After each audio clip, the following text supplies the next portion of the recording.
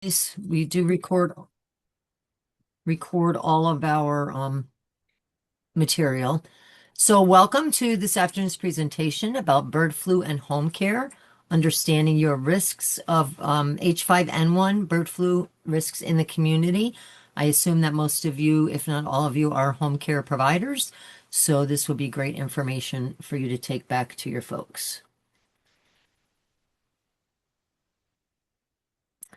Just as some reminders, you can use dial-in or computer audio for today's program. Note that your audio and your video can be impacted by your connection. If you're having trouble hearing or seeing, turn off your video. As much as we love to see your faces, it's sometimes less distracting for everybody if you do. Everybody will be muted throughout the presentation. If you repeatedly unmute yourself and cause background noise, we will have to remove you. Wouldn't want you to miss this great presentation, so please don't do that. We welcome your questions. Use the chat box at any time. We will be monitoring that for the presenters and answer questions after each of their presentations. Please don't use the direct message feature in the chat because those could be missed. We're all busy running the webinar. We may not see those. The presenters will not likely see those because they're focused on their content. So they could be missed. And the other reason not to use that is because those don't get saved at the end of the program. And we do like to see if we missed any questions afterwards. I always check the chat. So if you do a direct message, that'll be missed. We will send the slides to all participants along with a link to the recording. This is a grant-funded activity, so it is your dollars, taxpayer dollars at work, so everything is available to the public afterwards. This is the agenda for today. We'll do some introductions. I'll go over the topic really briefly because I am not the expert here. And then we have a speaker from the New York State Division of Fish and Wildlife, a speaker from the Department of Agriculture and Markets. We'll have Q&A after each of those sessions, and then we'll talk about the evaluation and some quick upcoming events. First, I do have to say that this project is supported by a grant from the Department of Health and Human Services Administration for Strategic Preparedness and Response, also known as ASPR. Its content is solely the responsibility of the authors and does not necessarily represent the views of HHS or ASPR. And as always, we sincerely acknowledge the support of the New York City Department of Health and Mental Hygiene, Office of Emergency Preparedness and Response, who is the administrator of this grant and always in our corner for all these activities that we do. For those that don't know me, I am Carol Deal. I'm a pharmacist. I am Director of Regulatory Affairs and Special Programs here at the New York State Association of Healthcare Providers. We are also known as HCP. We represent mostly licensed agencies in the home care space, some CHAs, so we're very familiar with the entire home and community-based services sector. And helping me out today, I have Laura Eric, who is Vice President of Public Policy, and who is in the background, along with Dina Collins. She's our Director of Information Systems to keep everything, all the tech running smoothly. And I'm seeing the names pop up in the chat. I love that because I like to know who's here. And it's hard to look at all the videos. I also want to give a shout out to Fidel Monroe, the Senior Program Manager for Long-Term Care from the New York City DOHMH. There she is waving to us. Thanks, Fidel. She's incredible. And we could not pull off any of this great work without her direction and support. So we always appreciate when she can join us in these presentations. So just real quick, like I said, I am not the expert here by any stretch. H5N1 is also known as bird flu. It is a highly pathogenic avian influenza, and it's an emerging infectious disease, a significant public health consideration. It's a viral infection, mostly affects birds. There is a rapid spread in flocks of birds, and human infections are rare for now, but some strains can cause some severe illness. And, you know, we always remember how the SARS-CoV-2 virus, the COVID-19 virus changed so rapidly and evaded our measures. And viruses are tricky little pathogens, and they can change. So the idea of human infection is not out of the realm of possibility, which is why we're here today talking about it. It is a CDC One Health concern nationwide, and I was so excited to learn about the One Health concerns because I was not aware of that initiative. And Erin is going to talk to us a little bit about that, I think. It's a collaborative initiative recognizing the interconnection, which is something that I always love to learn about because my first biology class, when I decided to be a pharmacist, the professor started out by saying everything is connected to everything else. And that is so true with so many things in our lives. So we're going to learn about that and about how One Health initiatives aim to prevent and control the spread of emerging infectious zoonotic diseases such as H5N1. And I am thrilled to introduce the speakers that we have for today, who are the experts, and I can stop talking. First, we have Dr. Erin Collins, Emergency Programs Coordinator for the New York State Department of Agriculture and Markets, Division of Animal Industry. Dr. Collins is the Operations Section Chief of the current New York State USDA Joint Incident Management Team for Highly Pathogenic Avian Influenza Response, and she administers the Empire State Animal Response Team, the state body supporting county animal response teams. Dr. Collins is the current president of the National Alliance for State Animal and Agriculture Emergency Programs. She started her career in private mixed animal practice with a focus on production animal medicine in Minnesota, Texas, Maryland, Vermont, Massachusetts, and New York State. We're glad that she landed here. She has also worked as a veterinary medical officer for U.S. Food Safety Inspection Service, and she is a graduate of Iowa State University College of Veterinary Medicine. And our second presenter today, I'm going to introduce him right now, Kevin Hines, who is the one that started my brain rolling on this whole idea for this presentation. He is the DEC Wildlife Health Section Head and the New York Wildlife Health Program leader, directing a program delivered by scientists and technicians at the DEC Wildlife Health Unit Lab in Del Mar, New York, and the Cornell Wildlife Health Lab in Ithaca. The WHP is charged with monitoring the health of wild birds, mammals across the state. They perform necropsies, I'm used to autopsies, necropsies on specimens as small as a salamander larvae and as large as a moose. The WHP is keeping track of diseases and contaminants known to occur in our wildlife, as well as looking for specific diseases that we expect might enter New York and new diseases that might also infect domestic animals or people.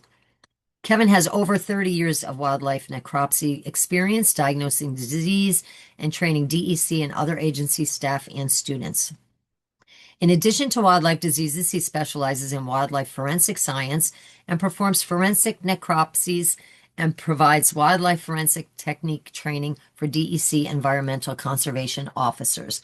So welcome, Erin and Kevin. We're going to tee up Erin first, and we'll hear from Kevin in just a little bit. Again, please put your questions in the chat, and you don't have to listen to me anymore. Take it away. Great. Well, first of all, good afternoon, and thank you so much for the opportunity to speak. I'd like to start to thank you all for your contributions and the wonderful work you're doing with home care, providing home care to people. I will say, for our family, especially your home care providers have been a blessing. So thank you so much for the work you do, and thank you for your interest in this topic. To start, I'm going to be discussing the current highly pathogenic avian influenza outbreak from the perspective of animal agriculture. We have to understand that animal health, environmental health, and human health are inextricably linked. Next slide, please. To start with the highlights of this presentation, all influenza viruses, human or animal, are predictably unpredictable. There are RNA viruses that experience drift, which are small changes in genetic code, and shift, large changes in genetic code. The frequency at which the virus changes is why we have such a risk for both intraspecies between poultry and interspecies between poultry and, say, a cow, or poultry and a human. Our best preventative measures are always going to be hygiene, like washing our hands, cooking our food, especially when you are dealing with anybody who is immunocompromised. Vaccination is helpful, but due to the constant strain adaptations, we are not always able to directly match prevalent strains in vaccination. Next slide, please. So there are many, many, many different types of influenza. When dealing with humans, influenza B, influenza A. When we're dealing with birds, typically think influenza A. But when we historically have dealt with cows, we've looked at influenza D. They've not usually been susceptible to other influenzas, and we're going to talk about that a little later in this presentation. Next slide, please. So influenza A is commonly carried asymptomatically by wild waterfowl. It can also infect domestic poultry, and depending on the strain, is also very often asymptomatic. However, certain strains can cause high mortality or morbidity in our poultry flocks. Next slide, please. Avian influenza viruses are classified by two groups of proteins. So we have our hemagglutinin, or H protein, where there's 16 different known types, and our neuraminidase, or N protein, which has 9 types. So you can see between 16 and 9, there are many, many different possible combinations. Next slide, please. So each combination would be considered a subtype. So again, we're dealing with the H5N1 subtype, but that's a pretty high categorization. Subtypes are then further broken down into different strains, and these strains get more specific to when the virus was identified, a lot of times where it was identified. So again, for example, the H5N1 that we're going to be talking about today is considered the Eurasian 2.3.4.4 H5 goose Guangdong clade. And this line has historically been pathogenic for poultry. Next slide, please. For animal health concerns, we are very worried about pathogenicity. So we classify our viruses by pathogenicity. And for domestic poultry regulations, we are primarily focused on the H5 and H7 subtypes because these specific subtypes have the potential to be highly pathogenic or causing high mortality, high morbidity in domestic poultry. So most avian influenza strains are actually considered low pathogenic. So you may hear a lot of terms like high path or low path or HPAI, LPAI. And the reason is we're looking for the pathogenicity to meet our risk concern. That pathogenicity is determined either by the clinical signs. So if a domestic poultry flock gets infected and you have a 100% mortality, that's pretty easy to say that's highly pathogenic. But we also can look at that. We can actually look at the RNA sequencing and see specific characters in the genes that let us know that this is going to be a highly pathogenic strain. Next slide, please. All influenzas viruses really prefer cool, damp conditions. So again, as you guys know from human work, winter is flu season.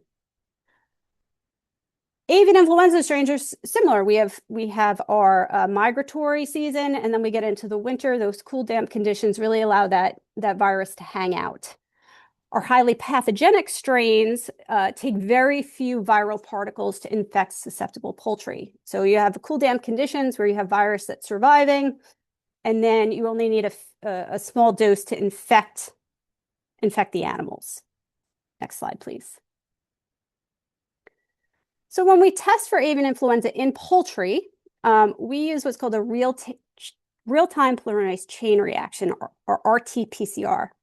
And this is a molecular test. And this molecular test actually looks at the viral RNA sequences of the virus. When we do testing, the first thing we test for is what's called the matrix. So that's just screening. Is this avian influenza? If it comes back as an avian influenza potential virus, at that point, we can start looking for the different subtypes. So we look for that hemagglutinin subtype H5. If H5 is detected, our National Veterinary Services Laboratory will actually pursue whole genome sequencing on those detections so that we can start building a library and watch how this virus is mutating and changing over time. And that information is all publicly available. Next slide, please.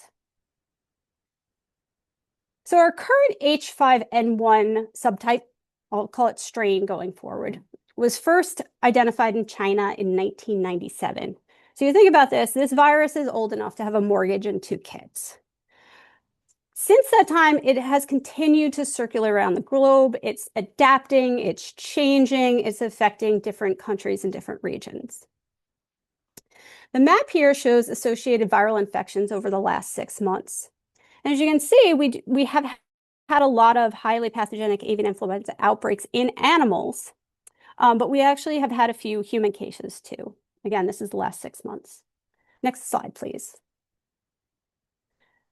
So the strain was introduced to the United States in February of 2022. Remember I said it was initially identified in 1997? It took it that long to get to the United States. It was introduced through wild waterfowl. As birds migrate, they carry viruses. Again, they may be asymptomatic as they're doing their migration, but they can spread the virus in the environment. And it can either go directly to domestic chickens, or it can contaminate the environment and infect resident birds that then, resident wild birds that then continue to elevate the viral load. Or it can be shed by fomites. So a fomite being a shoe or a tire of a person. So they walk in a park and then return home to their backyard flocks with dirty shoes or a dirty vehicle. Next slide, please.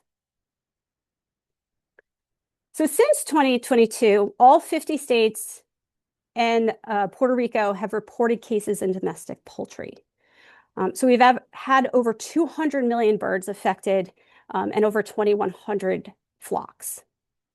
Next slide, please. So highly pathogenic avian influenza is a significant disease from a One Health perspective because it is affecting all of us. Obviously, from the bird's perspective, it's an animal welfare issue because this is influenza is not a comfortable disease to have. But we look at environmental impact. We were raising these foods whose purpose is to provide food to us, and they're not able to reach that purpose. So we've inputted feed and time and energy into them, and they're not able to provide wholesome food to people, and then they have to be disposed of, which does have an environmental impact. From a human perspective, again, our food security and availability and both food supply and cost. We all remember a few years ago, egg prices went really high, and we are dealing with vulnerable populations or people who have limited budgets. Eggs have always been a very good source of protein for people at a very reasonable price, and that did affect them. And of course, economically, a very small percentage of the population is involved with food production, and going into the poultry business is not necessarily an easy thing. And if these farms go out of business, we're going to have difficulty replacing them, which could have long-term consequences. Next slide, please. Globally, consequential animal disease events are monitored by the World Organization for Animal Health, including new and emerging animal diseases and diseases of zoonotic concern, which brings us to, next slide, please, February of 2024. So in February of 2024, a very large Texas dairy began experiencing illnesses of unknown origin. They had sick cows with fever, upper respiratory tract infection, and mastitis. And mastitis is inflammation of the mammary glands. The dairy also started noticing an increase in deceased peridomestic species like pigeons, blackbirds, grackles, and also an increased mortality in their farm cats and feral cat colonies that's surrounded by the dairy. Next slide, please. So in March, about a month later, highly pathogenic avian influenza was confirmed in that dairy herd. And as I mentioned in the beginning of the speech, cows don't get influenza A. These cows, unfortunately, they get influenza D. But unfortunately, these cows did not read the book. Next slide, please. So this spillover event into cattle is an example of antigenic shift in the virus, which we do not like to see, because enough mutation occurred to change what animals were being infected and also changing the tropism, or what type of tissue the virus was infecting. Next slide, please. So again, cattle historically have been susceptible to type D influenza, not type A. And they're a very unusual host for influenza A virus. It's also an unusual presentation of the disease. They're seeing flu-like symptoms, flu-like illness rather than death. And it seems to have a preference for mammalian tissue, which is not even possible in poultry. We're also seeing interspecies transmission. So again, from those wild birds into the cattle, and then from the cattle, possibly back into those peri-domestic species, possibly into those cats. Next slide, please. And it was shown that the virus present in the cattle was the same strain as was circulating in the wild birds.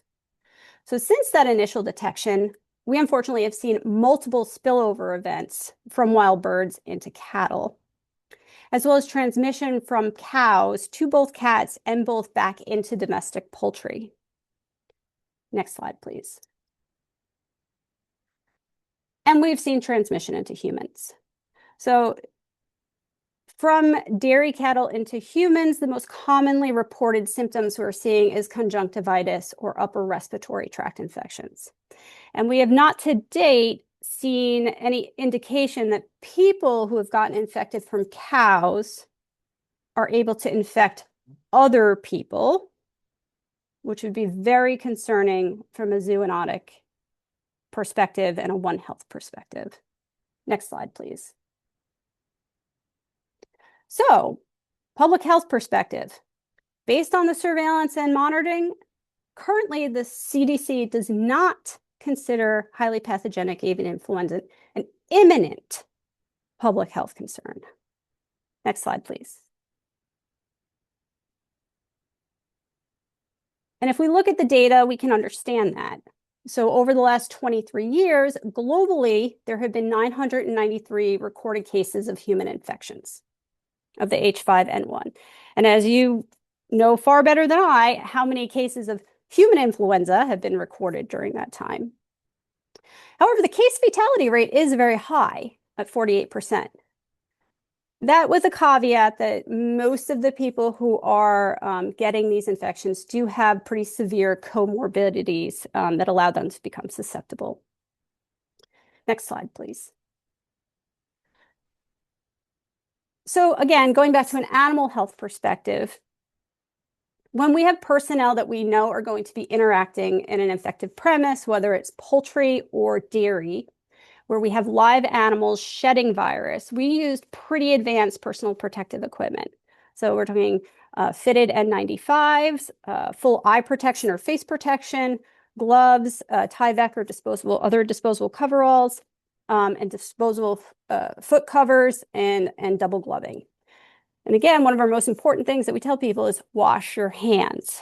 We also wash our vehicles. So again, basic hygiene is always very important in the basis of our work. Next slide, please. Now, people with healthy animals, so if you have a backyard flock of chickens, we're not going to look at you and be like, you have to go in full PPE every time you want to go feed your chickens. But we always recommend, again, basic personal protective equipment. You're going to want to, if you're in an indoor dusty environment, you definitely want to wear a mask, because poultry, besides high path, if you Campylobacter, Salmonella, E. coli, the old band, and we don't want to aerosolize that or get that in our eyes or mouth. Eye protection is always a good idea. Chickens with wings, feathers, claws, do you want to protect yourself from physical injury from working with the birds. Gloves are always a good idea no matter what you're doing. Washable clothes or dedicated clothing for just dealing with your chickens, because you also don't want to bring disease in, and cleanable footwear. And again, going back to it, washing your hands, especially young children, or anyone who's immune compromised. You really want to use that basic hygiene to make sure you're not bringing, whether it's high path, Campylobacter, Salmonella, E. coli, back into the home or risk getting in your mouth or nose. Next slide, please. So from a food safety perspective, in this country, sick animals are not allowed to enter the food chain or into commerce. So again, we get a detected flock of poultry. They are no longer allowed to sell eggs or sell meat.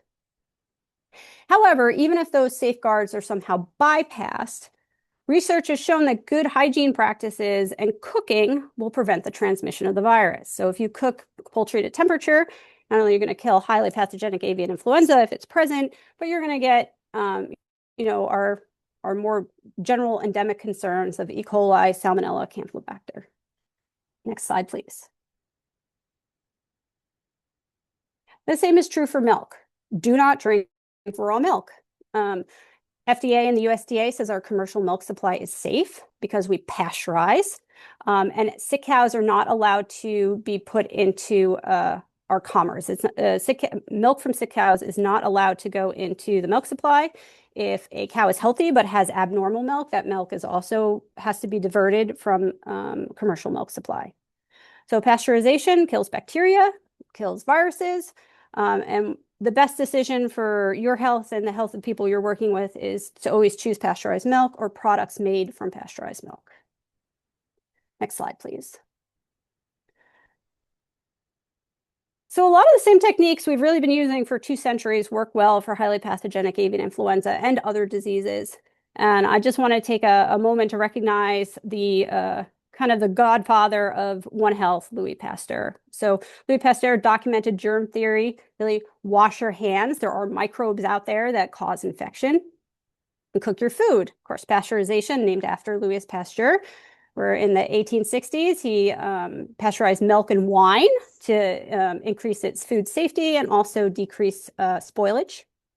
And for those who may not know, Louis Pasteur also invented the rabies vaccine. So showing that vaccination is a great tool to prevent zoonotic transmission and keeping animals and both people safe. Next slide, please. So I just want to share a few resources. If anybody has questions about the best ways to keep poultry safe, or if you have a backyard flock or work with somebody who has a backyard flock, I would direct you to the USDA's Defend the Flock website. If you have questions about food safety or, you're going to be working with milk or beet and want to use proper personal protective equipment or techniques for safe handling of food, USDA's Food Safety Inspection Service website is a great resource for that. And next slide, please. And I am happy to take any questions or go into more detail on any of the topics discussed. Thank you. Well, thanks, Erin. That was a really interesting presentation. I don't see any questions in the chat, but I just want to take a couple of make a couple of comments. Washing your vehicle is something that I don't think anybody ever thinks about as far as, a protective measure. So I thought that was really interesting. I mean, I live in the woods and we take off our shoes at the door for that reason. Like, we don't know what you're bringing in, and wash your hair from allergens. People talk about that, but I never heard the vehicle thing. So that was super interesting to me. And washing your hands, and you never once mentioned hand sanitizer. And I'm really glad because I recently learned, while I was suffering from norovirus, that hand sanitizer doesn't kill everything, and norovirus in particular is one of those things. So I'm wondering, does hand sanitizer have good effect on H5N1 transmission? Avian influenza is actually a pretty fragile virus when it comes down to it. So I think hand sanitizer, if you have nothing else, would work. But again, anytime we're dealing with live animal or waste, yes, we're talking about avian influenza today, but there's a lot of other pathogens that are associated with live animals. So I would say a good, happy birthday twice around is the best way to do it. And again, that physical more than hand sanitizer, that physical contact of rubbing your hands together is going to do more to shed skin and decrease your viral or bacterial load on your hands. Great, thanks. We did have one question pop in. Person is wondering if there are any models to predict if this avian flu will mutate to affect more domestic animals.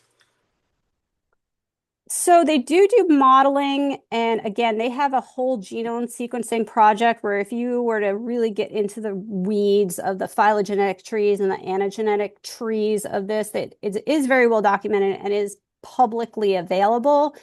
Um, I can say I am not familiar with any particular models, but I will just tell you, yes, it is alive and well and circulating in both our domestic flock and our wild flocks in the United States. And I do not want to steal Kevin's thunder, but I'm sure he's going to share some information about its effect on our wild animal populations too. So unfortunately, the virus has been here since 1997, and it is not going away, and it is going to unfortunately continue to change. As what does they say?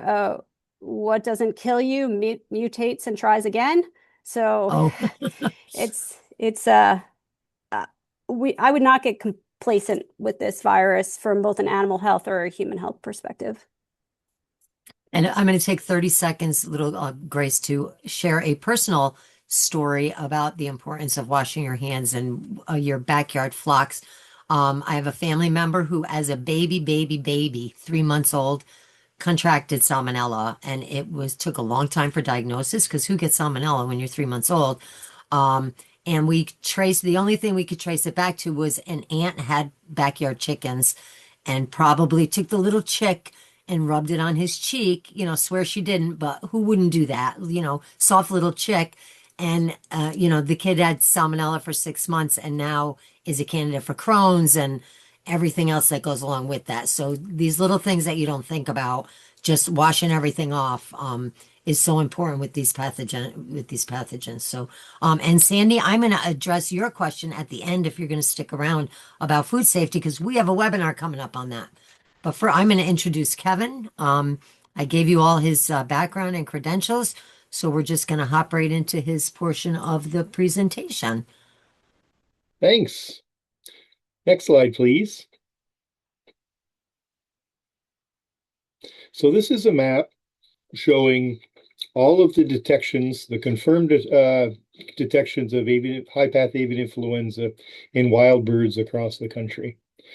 And it's both informative and kind of deceiving at the same time. You'll notice some states like California, Minnesota, New York have higher numbers than the other states. And that could be because we have well-developed wildlife disease surveillance systems in those states. We certainly do in New York. They also use USDA Wildlife Services staff to go out and to areas where duck hunters are coming in and they swab their dead ducks that they've harvested. And they're also using that as a surveillance system. So those numbers are also included in these. And these are all cases that were confirmed at the National Veterinary Services Laboratory in Ames, Iowa. Another thing that's deceiving about it, though, is that if someone called me today and said, "Hey, we've got 1,000 dead geese on X reservoir," I would tell them, based on the season and the species, to collect 3 of them for testing, and we would test 3 of those 1,000, and only 3 would show up on this map. The remaining 997 would not. Next slide, please. This is a map showing all of the mammals, the wild mammals that have been infected by this virus. So Dr. Collins talked about the cow infections. This particular strain of virus is kind of unprecedented in its ability to infect mammals, which we're fairly concerned about because it turns out that humans are mammals too. And we'd like to avoid it kind of changing to go into us. But it's going into all these different species of mammals. You'll notice that over in New York, we've got a bunch of gray diamonds. Those represent red foxes, mostly red fox kits. We've also seen raccoons, skunks, bobcats, muskrat, a gray squirrel in New York. And they're seeing bears, coyotes, any number of mammals across the country, including marine mammals. In Argentina, they lost a very large proportion of the population of elephant seals. The whole cohort of babies that 2 years ago was kind of wiped out with high path avian influenza. And every time it goes into a mammal, these influenza A viruses mutate and exchange genetic material fairly frequently. Most of those mutations and changes probably aren't advantageous to the virus and they die out, but occasionally you might get a mutation that allows the virus perhaps to survive a little bit longer, on the soil and the environment, which might give it an ecological advantage. And certainly, if it ever gained the ability to spread between humans, aerosol like COVID did, that could cause some serious problems for us. Next slide, please. So this is the current situation in New York. The map on the right shows the 25-26 season. And for wildlife, we call the season kind of late fall, really from December through March is the busy time where we see a lot of high path avian influenza. So these orange counties are counties where we've got a confirmed positive case of high path avian influenza in a wild bird. The yellow dots represent actual locations of positive cases. The gray dots represent cases where we've tested the animals, but they were non-detect. And the black dots are a bunch of gray dots piled on top of each other, and it got darker and darker until it turned black. Currently, the past month, we've been getting a lot of reports and a lot of activity from the Long Island area. Next slide, please. So since this virus has come into the United States in late 2021, we've identified 64 different bird species that have been infected, and 10 different mammal species in New York. The table over on the right shows the species of mammals that we have seen infected.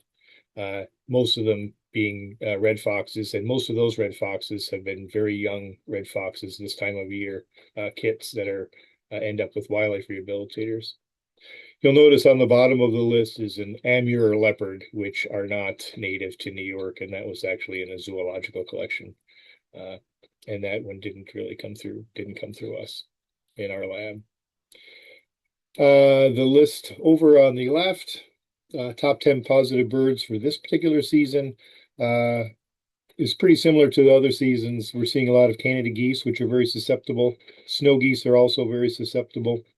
Mute swans are susceptible, and before this virus got here, I thought mute swans were going to be a great sentinel species that would be infected with high path avian influenza, die and be dead on the landscape, and be reported by the public because they're so big and white and obvious, and we could use it as an early warning system because they certainly seemed to be susceptible in Europe when they were having different outbreaks there. But that didn't turn out to be the case here. I think the first couple of years we only saw one dead mute swan, but this particular season we've seen 5. And those are waterfowl. Typically, the viruses are carried by the dabbling ducks. They're carried and spread by the dabbling ducks, which include mallards, pintails, etc. And they are able to be infected with this virus without showing any outward signs of infection. They go about their business, and all the while, they are shedding virus in their feces and their saliva. And that's how other waterfowl like geese become exposed to it, and then they get infected, and oftentimes the geese will die. After the geese die, you've got your scavenger birds and mammals. Most of these mammals are likely infected by scavenging, eating a dead bird that died from high path avian influenza. So bald eagle comes down and eats a dead goose. They oftentimes will become infected themselves, and they oftentimes will die as well. Same thing with other scavengers like crows, red-tailed hawks, which I didn't think were huge scavengers before, but we're seeing a lot of cases in them. Black vultures, turkey vultures, etc. Next slide, please. So this is a nice photo for after lunch. This is a bald eagle that was infected with high path avian influenza. We've seen quite a few eagles since this particular strain of the virus has been on the scene. And this is just going to show that they're in pretty good body condition. The photograph on the upper left is the skin has been reflected back over the breast, and you can see that the musculature is fairly robust, and there's that yellow stuff is subcutaneous fat. So the bird, died fairly quickly after it was infected. The image down below is kind of showing the lungs on the left are slightly congested with blood. There's not a lot of gross signs that we see with avian influenza in birds. Sometimes some petechial hemorrhages in the pancreas, sometimes some bloody fluid under the pericardium of the heart, neither of which this picture is showing. So I'm not quite sure why that's on there. Next slide, please. So it looks like the animation isn't working as well as it did in practice. Over on the left, that should be an upright bald eagle showing some neurologic signs. And that's been a fairly common occurrence in the eagles that we've seen infected. Most of them are just found dead, but sometimes they're found before they're dead and taken into a rehabber's care, and they've shown this kind of signs. The black box, or at least the one that's black on my screen, is supposed to have a young fox kit who is showing some neurologic signs as well, kind of like little seizures. So you'll have to imagine that happening. And the images on the right are a young red fox kit that was infected, and a muskrat. When we detected this muskrat back in 2025, it was the first muskrat confirmed with high path avian influenza. And this muskrat was found, I think, in Saratoga County when they were collecting 10 or 15 dead Canada geese that were in the area. Next slide, please. So we advise the public this time of year when they find dead waterfowl or any dead birds on the landscape to assume that they have high path avian influenza and to avoid them and not to touch them. There are situations, though, when it's on their property, on their yard, and they want to move it, in which case we advise wearing latex gloves, some kind of mask for respiratory protection, an N95, like you would wear same as you'd wear for COVID, an eye protection, either a face shield or goggles. And that's usually adequate for picking up and double bagging a goose carcass and putting it in the household trash for disposal. Certainly, when Dr. Collins showed that photograph of the folks in the Tyvek suits cleaning out infected poultry barns or dairy or working in infected dairy barns, we tell our staff that if they're involved in a waterfowl die-off of over 100 birds, that they should also be wearing Tyvek pants and boots as well. And as always, no eating or drinking or smoking while you're handling birds. Be mindful of handling objects when you're wearing gloves so you're not contaminating them.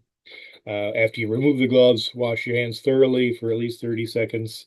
2 happy birthdays, according to Dr. Collins, and disinfect your shoes before you leave the site. Next slide, please. These were some notable HBAI cases in New York.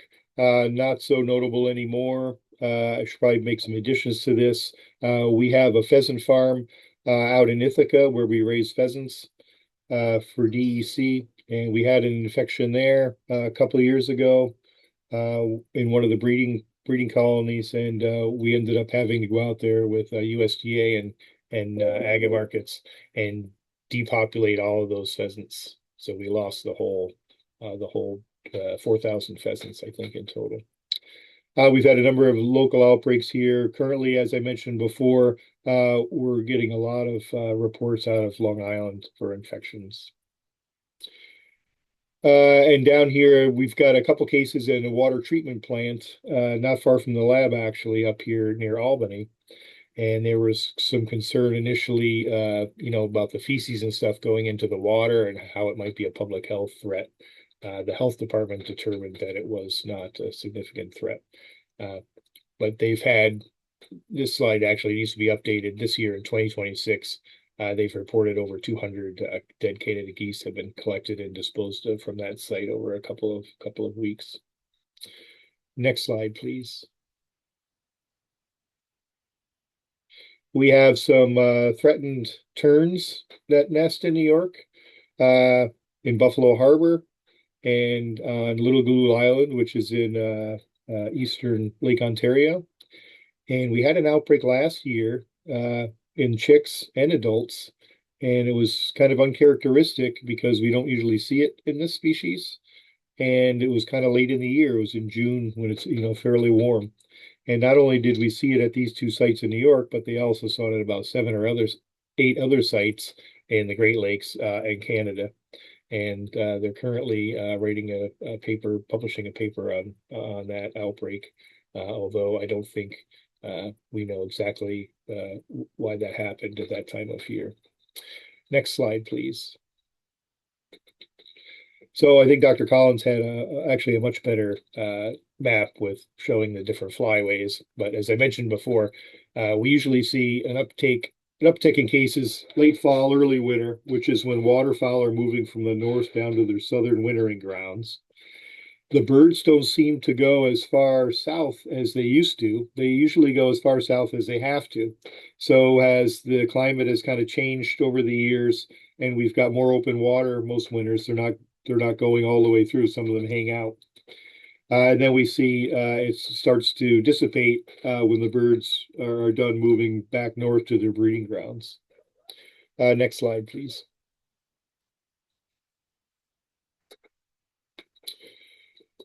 So Dr. Collins talked about high path avian influenza in people, and this is from CDC website. And as Dr. Collins mentioned, there is currently no indication that the virus is passing from person to person, which is good. The CDC, as Dr. Collins mentioned, puts the public health risk at low currently. We've seen 71 cases in the US with this particular strain since it was introduced. About 30 or so of those were folks that were cleaning out infected poultry barns. So much like what happened at the pheasant farm, when it happens, when a poultry barn gets infected, they go in and they kill all the birds, and then they have to clean them all out, dispose of the carcasses, disinfect, and have a fallow period before they can repopulate. Those folks, it gets hot doing that kind of work when you're wearing all that PPE, and sometimes they might not be wearing the right PPE. So they had a couple of infections, and Dr. Collins showed you some of the photographs of the conjunctivitis. And the other group, about the other half, were probably related to folks that were milking infected cows. There's a lot of virus in the milk of the cows, and if you get that in your eye or on your skin, it could cause an infection. Only 2 deaths to my knowledge. The one that I'm familiar with was an older person who was exposed through backyard poultry, and they also had a number of pre-existing conditions or comorbidities, which made them more susceptible, probably to dying from the virus than perhaps a younger person with a competent immune system. Next slide, please. So on our website, we have an avian influenza reporting form, and the public can go there and they can report dead birds that they see over the winter months that they suspect are high path avian influenza. And there's an algorithm associated with that, which takes into account the location, the species that they're reporting, the number of birds, whether or not we've got a positive case in that county yet or not, and if it meets our criteria for being a high priority specimen, the system automatically sends an email to wildlife staff in that region saying that there's a reported die-off. It's kind of high priority. Could you collect a sample and get it into the lab for testing? And this map shows those reports from this season. And you'll notice it's very similar to the map where we have confirmed cases in New York. Well, the orange counties are still confirmed counties, just like in the other map. But this shows high and low priority reports. And I mentioned earlier that Long Island was getting a lot of cases. And you can see there's a lot of not only high priority reports, but but the low priority reports are so numerous that the entire state is blue with blue dots. And it becomes low priority after we get one or two confirmations in that county. We don't spend a lot of time trying to test many more birds from there. And I think that's the end. Next slide, please. Yeah.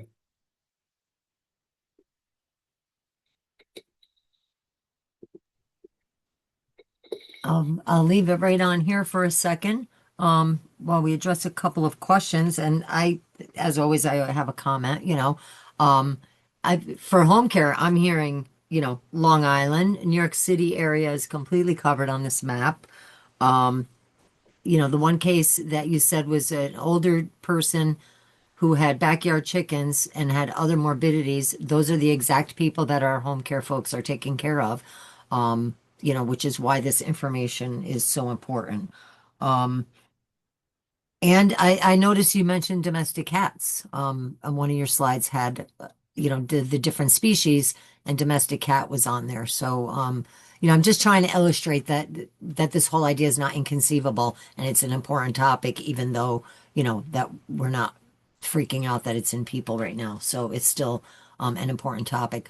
Sandra Lyons Jackson had a question, which maybe Dr. Collins can also help with, but I'm going to try to help.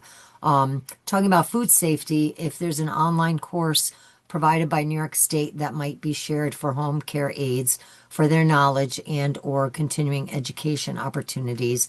And I first want to mention before I go to you, Doctor, HCP is actually presenting a food safety webinar for you folks under this same grant. That expert will be with us on, I want to say May 7th. Maybe Laura could double check the calendar for me. Talking about food safety for H5N1 and other emerging pathogens, your salmonellas and E. coli's and all of that. So we will have that for you guys. And if we can't find anything, Sandy, I will get together with you and figure out what we can plan for the future, especially with our grant funding. That's something that we probably could swing at some point.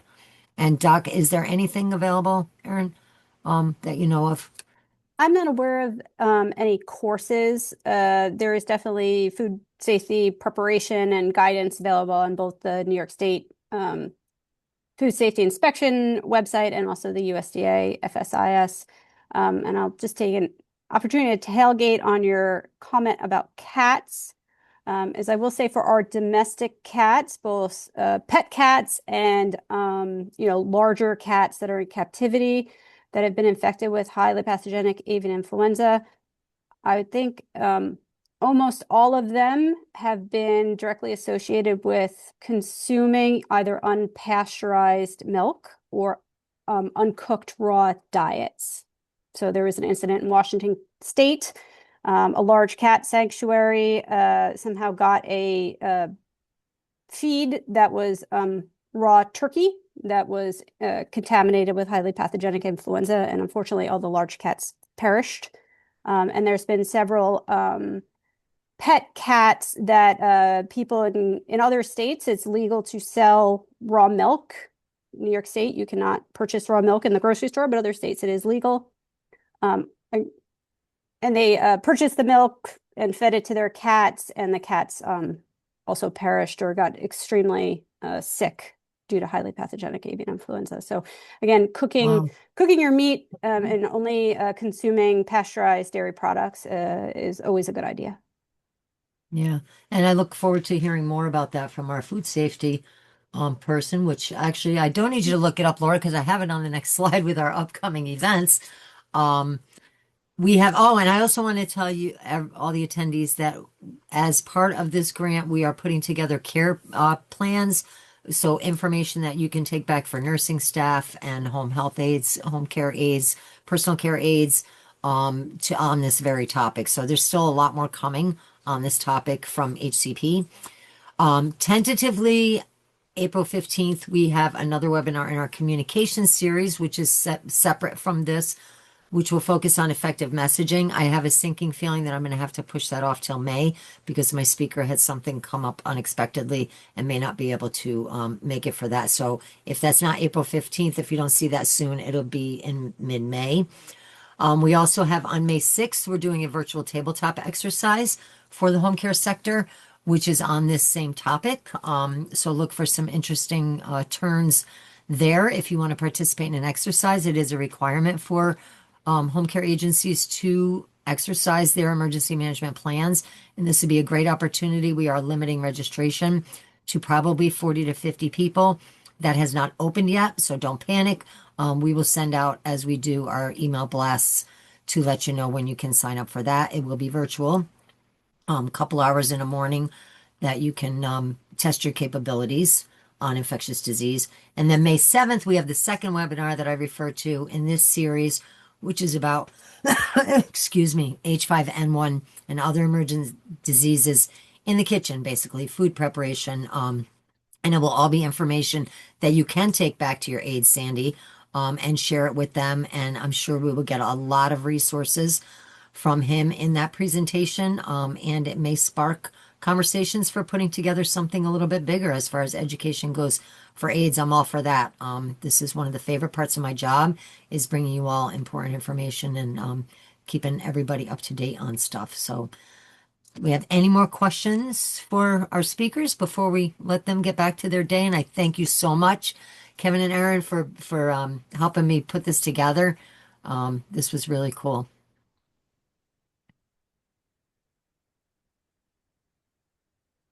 Fidel, who is my liaison in New York City, said, excellent presentation. So I always like getting kudos from her. And Al Cardillo, thank you too.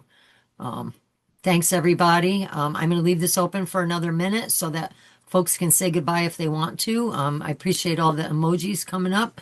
And we will see you at the next one on May 7th for sure. And hopefully the communications one's stuck in there somewhere. Thank you. Thank you. Thank you. Thanks. I'll be in touch with you both as a Thank you. follow-up. And everybody, oh, I didn't go to the evaluation. Oh my goodness, what am I doing? We need for everybody to fill out the evaluation for the program. You will be getting this information, don't panic, in your follow-up email for all registrants. So I got excited about the topic and I forgot about the all-important evaluation because we don't want to bring you stuff that you don't need. So want to make sure that you get what you need from our presentations.